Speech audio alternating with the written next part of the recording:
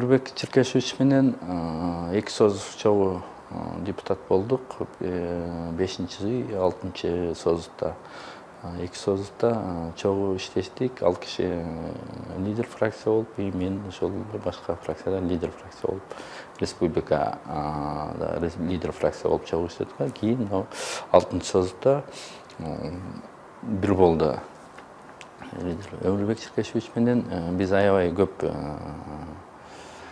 палатада ал кишинин көп талаш тартыштарына көп ызычу. Ал киши дайым мындай ызычуунун топту жарат, топту чогултат, ушундай киши эмеспи? Ошо чогуу ушундай көп кайчылаш айтыштарыбыз да көп болду.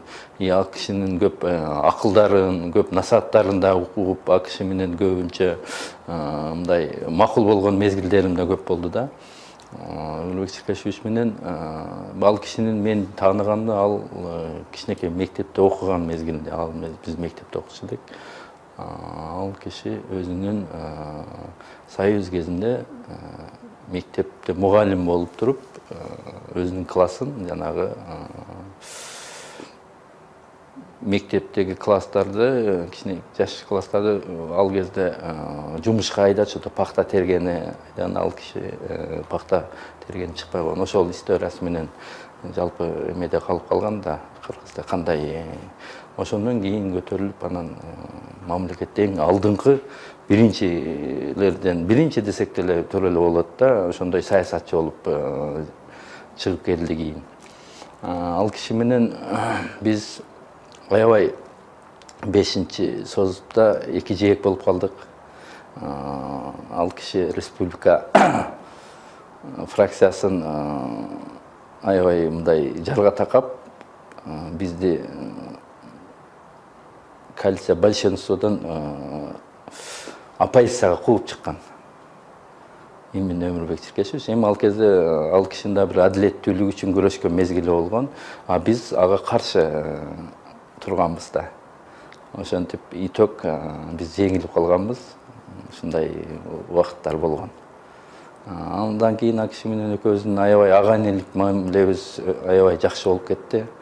Дайым ага айтып турчу: Алтынбек, мен да сендей горячий болгонмун, бир аз кызуу болгон, бир аз өзүңдү тарт деген акылдарын көп айтып жүрдү. Могу жерден повороттон сен газды басып өтүп кеттиң, учуп кеттиң жардан деген. Бир жолу дебатта мындай деп айткан.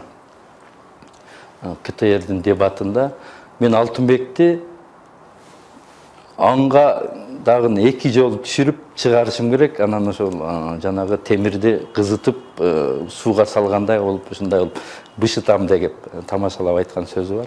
Ал эсимде калган менин. Ушундай мындай ачык киши. Ал киши дайым мындай башка саясатчылардан айырмасы, бирөө менен мындай тирешкен болсо, адилеттүүлүк үчүн тирешкен бул киши ар дайым ачык чыгат да, артынан жанагындай анонимный бир эмелерди жасабайт бул киши. Бул кишинин айырмасы, мен байкаган айырмасы, бул тайманбай ачык күрөшөт. Жеңсе жеңет, жеңилген болсо мойнуна алат. Ушундай жигитчилик эмеси бар да, мүнөзү бар. Ошонусу менен баланып келатат деп ойлойм да. Ал киши менен кабинет жакында мен дайым келип турчумун. Ал кишиден кеңеш, мына жерде мындай болуп атат, келечеги кандай болот, бул жерден кандай кылсак болот деп көп маселелерди кеңешип турчумун. Туура кеңешин берчү. Эгер ал киши мени соперник көрүп, же мени мындай мага туура эмес эме болсо башкача жолду көрсөтсүн. Ал кишинин көрсөткөн, мага айтып берген жолдору кийин итогунда туура болуп чыкты да. Значит, ал киши билгенин туура айтат да. Кийинки муундарга туура жол көрсөтө алат. Ошондой эмеси бар да, мындай мүнөзү бар. Анын ичинде, ал кишинин ичинде мындай жаман ойлор жок. Дайыма аныкы сыртында турат да. Убакыттар өтө береткен, ал кишинин да мына алдыда юбилейи, мына 60 жылдыгы. Ал кишини чын дилимден куттуктайм. Ал кишиге ден соолук каалайм. Ал киши эч качан оорубасын. Ооруганга ал кишинин азыр убактысы жок. Ал киши мамлекетке мындан ары да керек болот. Ал кишинин ден соолугу, бекемдиги жалпы кыргыз эл үчүн, Кыргызстан үчүн керек. Ал киши ооруганга болбойт. Ал киши оорубаш керек, ден соолугу жакшы болуп, биздин катарыбызга чыгып келип кошулуш керек. Ал кишинин жалпы мындай тажрыйбасына, басып өткөн жолуна, келечекте көрсөтө турган акылдарына биз кыргыз саясаты муктаж. Ал кишини биз катарыбыздан көргүбүз келет. Ден соолугу чың болуп, өзүнүн мындай чоң эр жигиттин башында ар түрдүү сыноолор болот эмеспи? Ошол сыноолордун да бири ага чейин мындай сыноолордун башынан көп өткөзгөн. Ал киши менин оюмча сынбайт. Ал кишини сындырам дегендер адашат.